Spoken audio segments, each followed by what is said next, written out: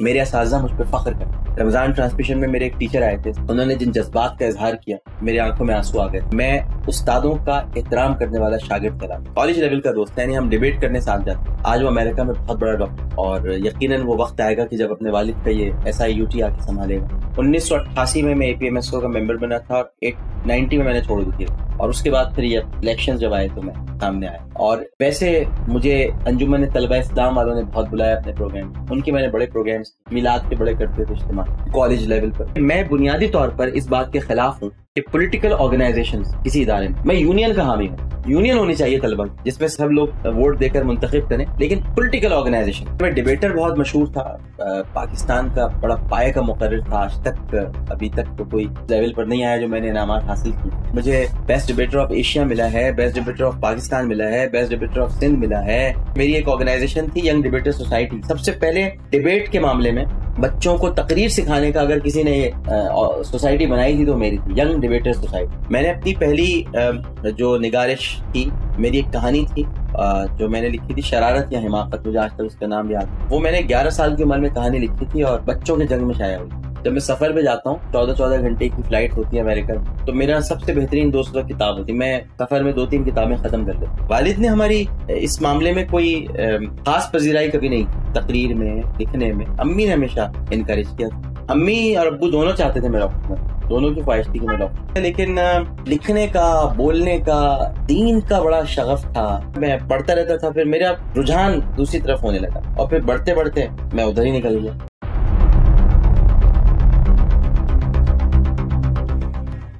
بچپن کی کوئی شرارت مجھے یاد آتی؟ بچپن کی بہت شرارتیں جی, کوئی ایک شرارت نہیں ہے. میں نے بتایا آپ کو, جیسے میں کنڈیاں لگا دیتا تھا, میں گھنٹیاں بجا کے بھاگتا تھا. میں ہمارے مہمان گھر میں بہت آتے تھے, تو میں مہران بیکری ہمارے گھر کے سامنے ہوتی تھی, امی ہم سے چیزیں منگاتی تھی, میں راستے میں چیزیں کھا جاتا تھا, کیونکہ ہمیں کھلاتی نہیں تھی ہماری امی.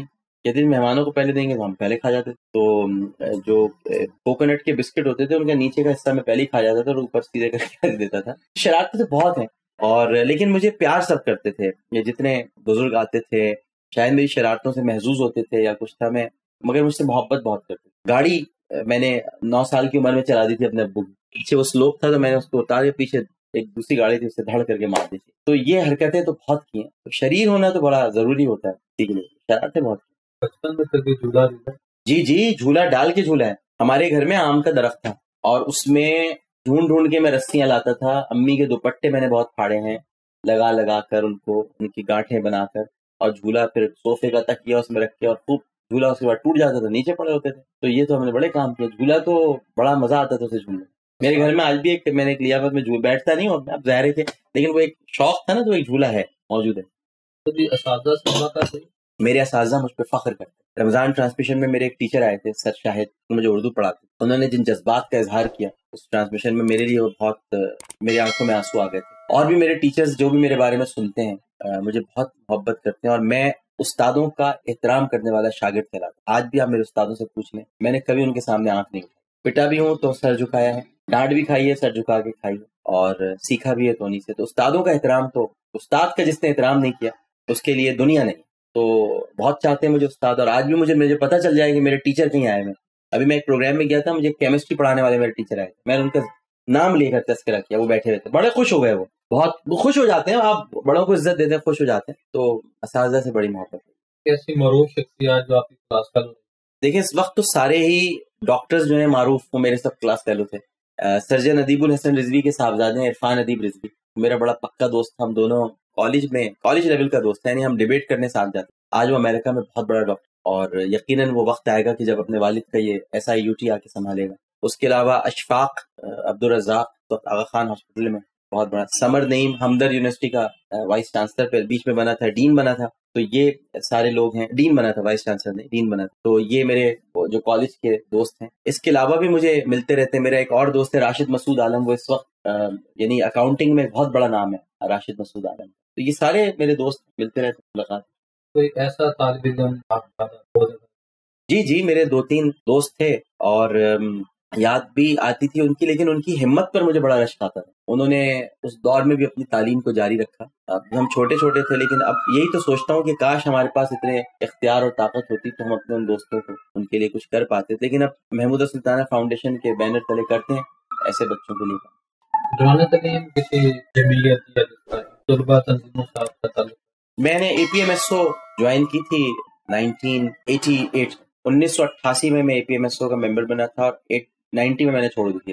اور اس کے بعد پھر یہ الیکشن جب آئے تو میں سامنے آیا. اور ویسے مجھے انجمن طلبہ اسلام والوں نے بہت بلایا اپنے پروگرام. ان کے میں نے بڑے پروگرامز، میلاد کے بڑے کرتے تھے اجتماع کالج لیول پر. باقی اور میں کسی تنظیم میں نہیں رہا. پی ایس ایف کے بہت خلاف رہا میں ہمیشہ، جمعیت سے بھی ٹاکرا رہا کافی. بس یہ اس طرح سے رہا. لیکن یہ کہ کیونکہ میں ڈیبیٹر بہت مشہور تھا، پاکستان کا بڑا پائے کا مقرر تھا، آج تک ابھی تک تو کوئی لیول پر نہیں آیا جو میں نے انعامات حاصل کی.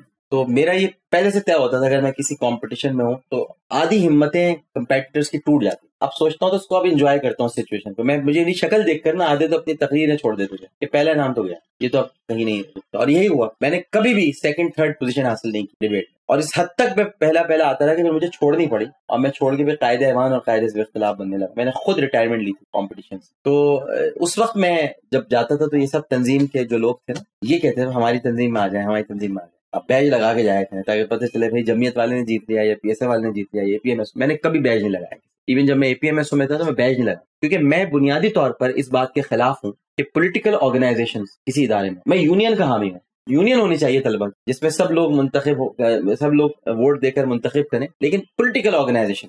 آپ کو کوئی ایسا جن کی وجہ سے آپ کو اب تک ایوارڈز بہت ملے ہیں مجھے، میں آپ کو گنوا نہیں سکتا. مجھے بیسٹ ڈیبیٹر آف ایشیا ملا ہے، بیسٹ ڈیبیٹر آف پاکستان ملا ہے، بیسٹ ڈیبیٹر آف سندھ ملا ہے، 17 مرتبہ ملا ہے بیسٹ ڈیبیٹر آف کراچی، 8 مرتبہ ملا ہے. گولڈ میڈل بہت سارے ملے ہیں. اس کے علاوہ جو ہے وہ مجھے یمن کے اسپیکر نے مجھے قصیدہ بردہ شریف سننے کے بعد یمن کا خصوصی ایوارڈ دیا تھا. میں بین الاقوامی بین المذاہب کانفرنس میں شاہ عبداللہ نے مجھے بلوایا تھا. مطلب اعزازات بہت ہیں.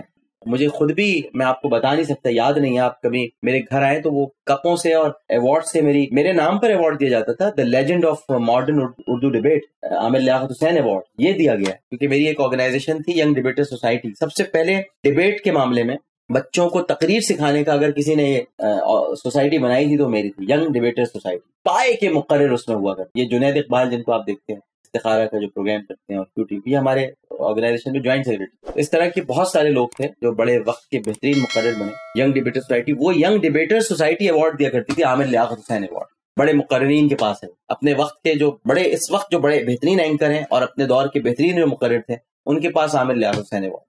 کیا دونوں تدین میں کتنے طرح آپ کا رجحان ہو؟ جی، میں نے اپنی پہلی جو نگارش تھی، میری ایک کہانی تھی جو میں نے لکھی تھی، شرارت یا حماقت، مجھے آج تک اس کا نام یاد ہے. اور وہ میں نے 11 سال کی عمر میں کہانی لکھی تھی اور بچوں کے جنگ میں شائع ہوئی تھی. مرزا سلیم بیگ صاحب اس وقت ایڈیٹر تھے بچوں کے جنگ کے، تو میری کہانی چھاپی تھی میری سب سے پہلی 11 سال کی عمر. پھر اس کے بعد میں نونحال میں لکھتا تھا. پہلے میرے نونحال میں مراسلے میں چھپتی تھی چیزیں، اس کے بعد پھر آخری والے پیجز میں چھپی، اور پھر اس کے بعد مرزا ادیب مرحوم جو تھے اور مسعود احمد برکاتی دیکھا کرتے تھے نونحال کو. مرزا ادیب تو رائٹر تھے، لیکن مسعود احمد برکاتی صاحب اس وقت پوری نگراں تھے نونحال کے، تو انہوں نے میری ایک دو کہانیاں چھاپی. آپ غیر نصابی کتب پڑھتے ویسے آپ کا؟ جی، مطالعہ میری کمزوری ہے، میں پڑھے بغیر نہیں رہ سکتا. میں اب میرا تو جب میں سفر پہ جاتا ہوں 14 گھنٹے کی فلائٹ ہوتی ہے امریکہ کی، تو میرا سب سے بہترین دوست کتاب ہوتی ہے. میں سفر میں 2-3 کتابیں ختم کر لیتا ہوں، اور رات کو بھی میں پڑھے بغیر نہیں سوتا. جب تک میں پڑھ نہیں لوں میں لیٹتا نہیں. تو اور بچپن سے یہ شوق پڑھنے کا. میں نے ہر طرح کی چیزیں پڑھی ہیں. میں نے سب سے زیادہ علمی کتب کے بعد اگر کوئی چیز پڑھی ہے تو انسپیکٹر جمشید محمود فاروق فرزانہ، اشتیاق احمد صاحب کے ناولز پڑھے ہیں. تو وہ میں نے امبر ناگ ماریا کا اے حمید کا جو تھا وہ میں نے پورا پڑھا ہے. تو اس گلستان، بوستان، الف لیلا سب یاد ہیں مجھے. تو یہ سب بچپن میں پڑھی. تو مطالعہ تو آپ کو بہت کچھ سکھا، چاہے وہ کہانی کیوں نہ. آپ کی تربیت آپ کی والدہ نے زیادہ کی یا والد نے؟ نہیں، امی نے. والد نے ہماری اس معاملے میں کوئی خاص پذیرائی کبھی نہیں کی. تقریر میں، لکھنے میں امی نے ہمیشہ انکریج کی. تو امی نے جب میری پہلا کالم چھپا تھا، روشن پاکستان میں لکھا تھا میں نے پہلا کالم، ایک اخبار نکلتا تھا تو نہیں نکلتا، بڑا پسند کیا تھا. پھر میں نے مختلف اخبارات میں لکھا. پھر میں کبھی جنگ میں تعلیمی صفحے پہ کوئی رپورٹ لکھ دیتا تھا، کبھی میں نوائے وقت میں ٹی وی پر تبصرہ لکھ دیتا تھا. مطلب عجیب عجیب کام کیے میں نے. یہ سارے ٹی وی تبصرہ بھی لکھا ہے میں نے, حالات حاضرہ پہ بھی کالم لکھے ہیں, تعلیم پہ بھی کالم لکھے ہیں, یہ سب میں لکھتا تھا. تو جب چھپتی تھی چیزیں تو میں بڑا خوش ہوتا تھا کہ میری چھپی ہے چیز. آپ والد یا والدہ آپ کو کیا بنا؟ امی اور ابو دونوں چاہتے تھے میں ڈاکٹر بنوں, دونوں کی خواہش تھی کہ میں ڈاکٹر بنوں. کن وجہ سے آپ؟ بس دیکھیے, میں شوق تو مجھے بھی تھا, میں نے جیسا کہ عرض کیا, لیکن لکھنے کا, بولنے کا, دین کا بڑا شغف تھا. کمی محسوس ہوتی تھی کیونکہ دینی کوئی سبجیکٹ ہی نہیں تھا میڈیکل کالج میں, سوائے فرسٹ پروفیشنل کے جس میں اسلامک اسٹڈیز اور پاکستانی اسٹڈیز تھی. اس کے بعد سیکنڈ پروفیشنل میں تو فارماکالوجی آ جاتی ہے, پھر ختم ہی ہو جاتا ہے. تو تھا نہیں, تو میں پڑھتا رہتا تھا. پھر میرا رجحان دوسری طرف ہونے لگا اور پھر بڑھتے بڑھتے میں ادھر ہی نکل گیا. تو شاید یہ وجہ تھی, ورنہ میں ایک بڑا اچھا ڈاکٹر ہوتا.